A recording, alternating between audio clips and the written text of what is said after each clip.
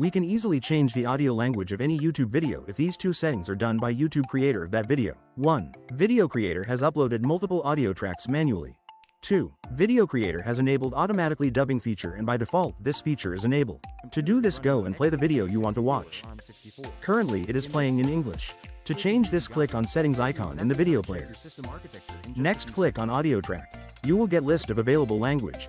Just select your preferred language. The video will immediately switch to selected audio track. System पर click करें। सबसे नीचे आपको about मिलेगा, बस उस पर क्लिक करें।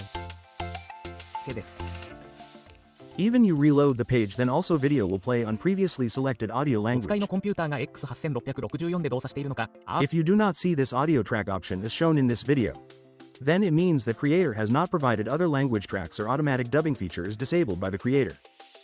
Hope you like this. Please like, share and subscribe for similar videos. Also click on bell icon so that you will not miss any update.